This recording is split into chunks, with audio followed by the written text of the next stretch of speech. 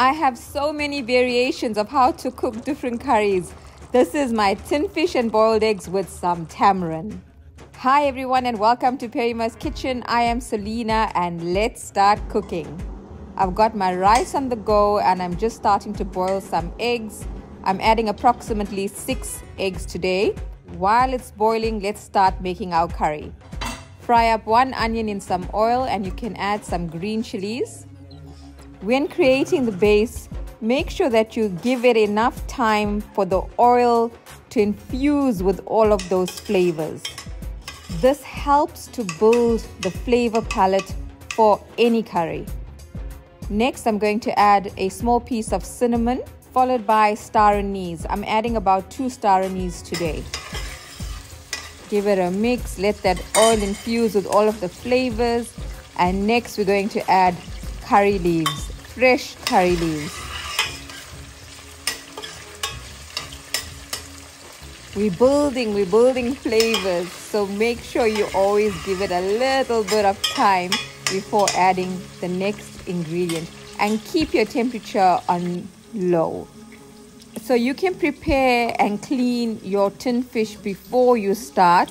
So I'm going to show you my quick process as to how I do it. Please switch off your stove if you haven't prepared it earlier. So yes, there's times that I clean and wash it and then remove the bones. And other times like this, I'm using the tinned fish in the tomato sauce. So I'm just separating the tomato sauce so it's easier for me to quickly clean the pilchards.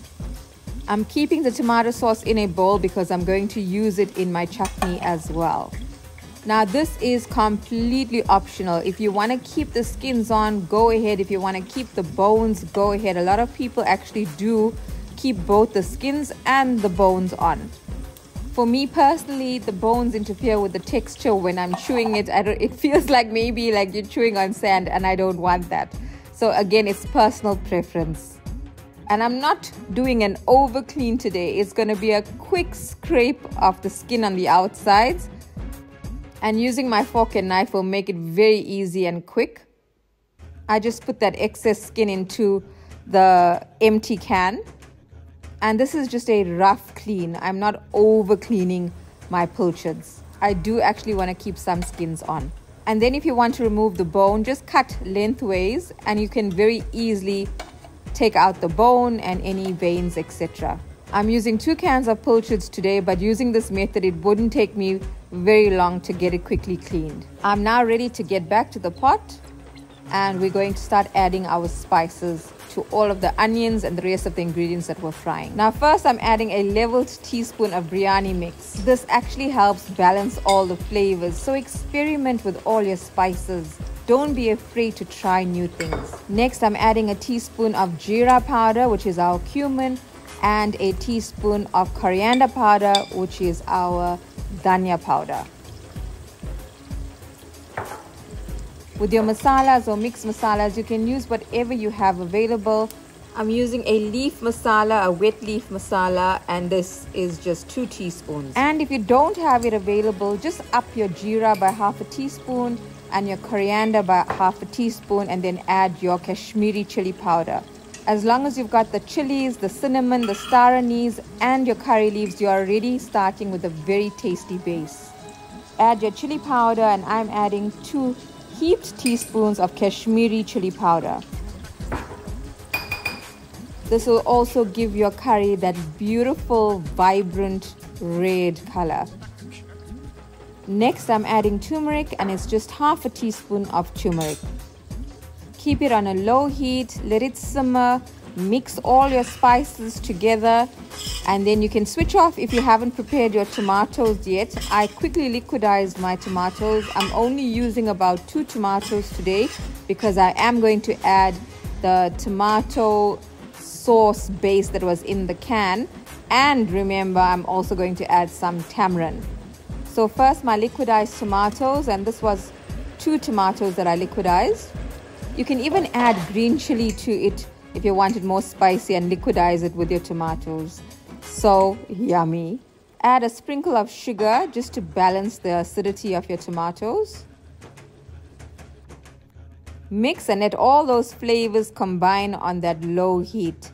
Next, I'm going to prepare my tamarind, and I'm only using about a teaspoon of tamarind.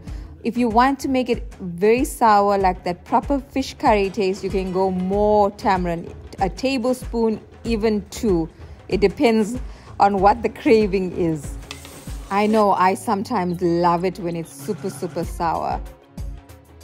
So add some warm water to that tamarind and use your fingers to help it dissolve into the water.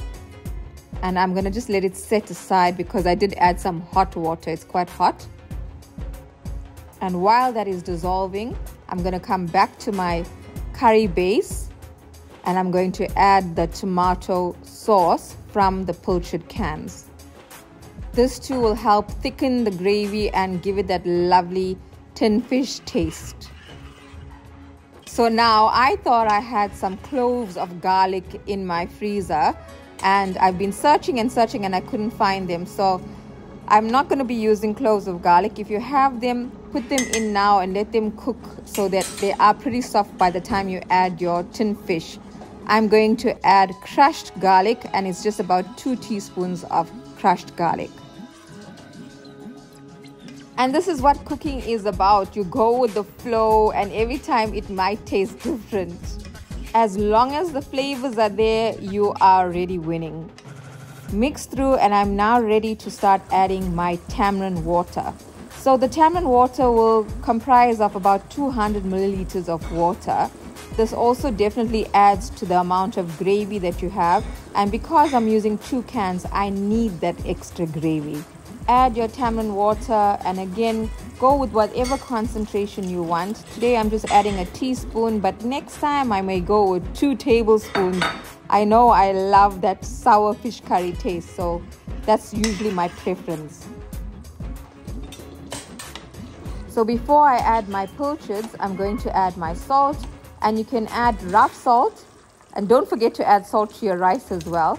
Or you can add some fine salt, and you don't have to wait too long before you add your fillet. I prefer, if I am adding my rough salt, I'll give it a few minutes so it dissolves properly before I add the rest of my pilchards. And the reason that I do this is because when you add your pilchards, you don't want to mix too much, and you already want that salt to be dissolved. The worst thing is to bite into a little piece of salt, just like biting into the bones for me. So yeah, I'm now ready to add all of my pilchards.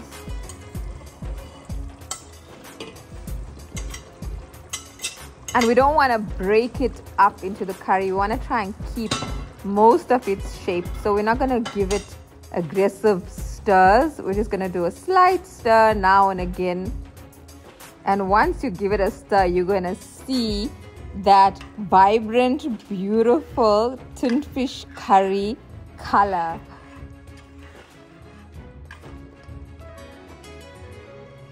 And wait for it.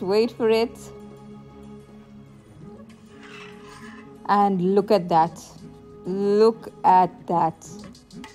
And if you guys could smell this, my mouth is already watering.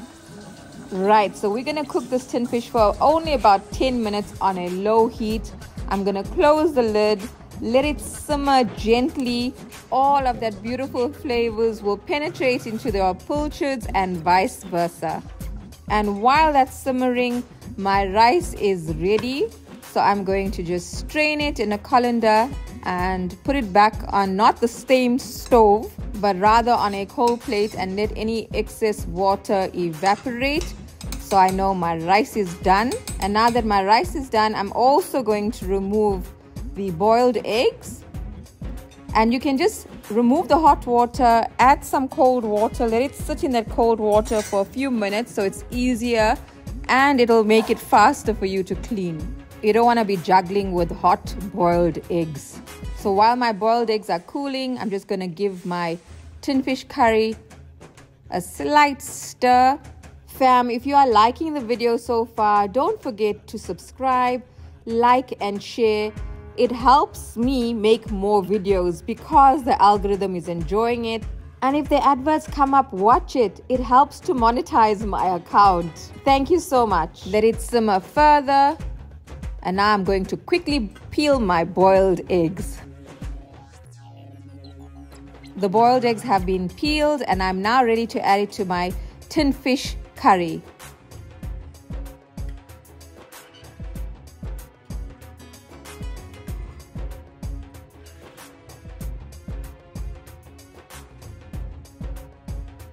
So I boiled about 6 eggs today. I've peeled them all.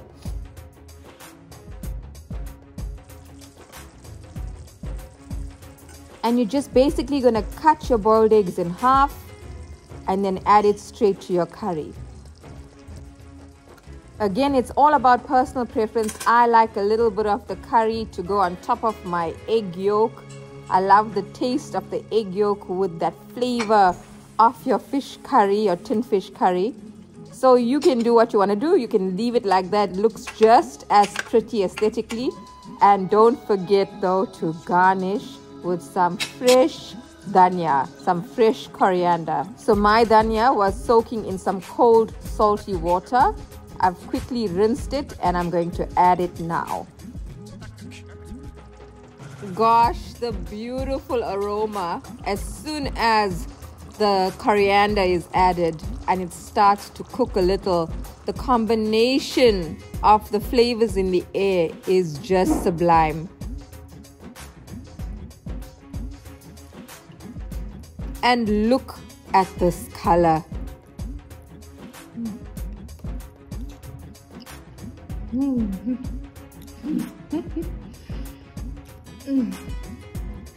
This is what I was craving. Oh my gosh, finger licking good. I could not wait. This is my craving being satisfied. And you can enjoy your tin fish with roti, curry, whatever you like. I just wanted some white rice today. Thank you fam for watching. All the ingredients used will be found in the drop down description below. Don't forget to subscribe, like, hit that notification bell so you are notified when a new video is uploaded. Share and please, I love reading those comments. Your amazing feedback really makes my day. Thank you for joining me. I am Selena from Perimaskitchen and I will see you again soon. Lots and lots of love from my home to yours.